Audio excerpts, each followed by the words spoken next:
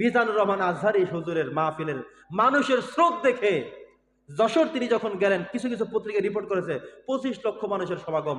কোন পত্রিকা আমি 12 লক্ষ পর্যন্ত দেখেছি, আমি 25 বাদ দিলাম, 12 লক্ষ বাদ দিলাম, 10 লক্ষ মানুষের কথাই যদি আমরা একটু ইনকোয়ারিতে আনি, এটা দেখে কিছু কিছু বক্তা, কিছু কিছু আলেমের গা জ্বালা শুরু হয়ে গেল।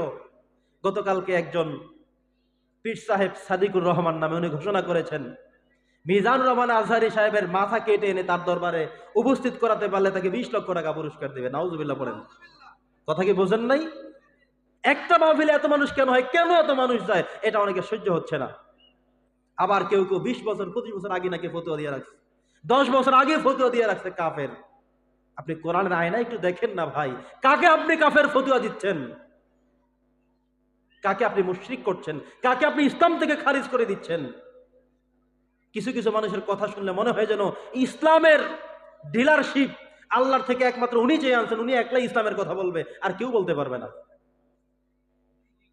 এটি কি হিংসা নাকি? বন্ধুগণ আমার, হিংসা করা কি যাবে? হিংসা করা যাবে? আমাদের শুধুমাত্র কে উপরে ওঠে তাকে ধরে টেনে নামিয়ে দিতে হবে। উপরে উঠবে কেন?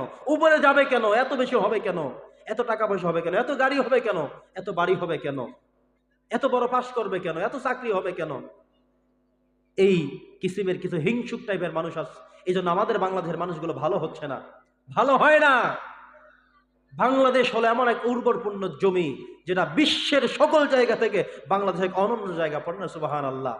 বিশ্বের বুকে পাট শিল্প, পোশাক শিল্প আমাদের সবচেয়ে প্রথমে স্থান অধিকার করেছে। আমাদের হাফেজরা প্রত্যেক বছর পৃথিবীর সব হাফেজ এক জায়গায় আসবে, বাংলাদেশের একজন হাফেজ আমরা পাঠাবো, সেই ফার্স্ট হয়ে চলে আসবে। সুবহানাল্লাহ পড়েন। মনে নাই আপনাদের? সৌদি আরব, কুয়েত, কাতার, বিভিন্ন দেশে বিভিন্ন সময়ে প্রতিযোগিতা হয়। 80টা দেশ, 82 দেশ, 50 দেশ, 30 দেশ একত্রিত হয়ে তেলাওয়াত করে।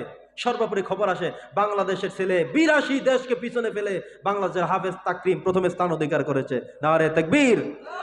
তাহলে বাংলাদেশ এমন এক খনির জায়গা, এখানে আপনি আপনার সন্তানকে নিয়ে সম্ভাবনা করেন কেন?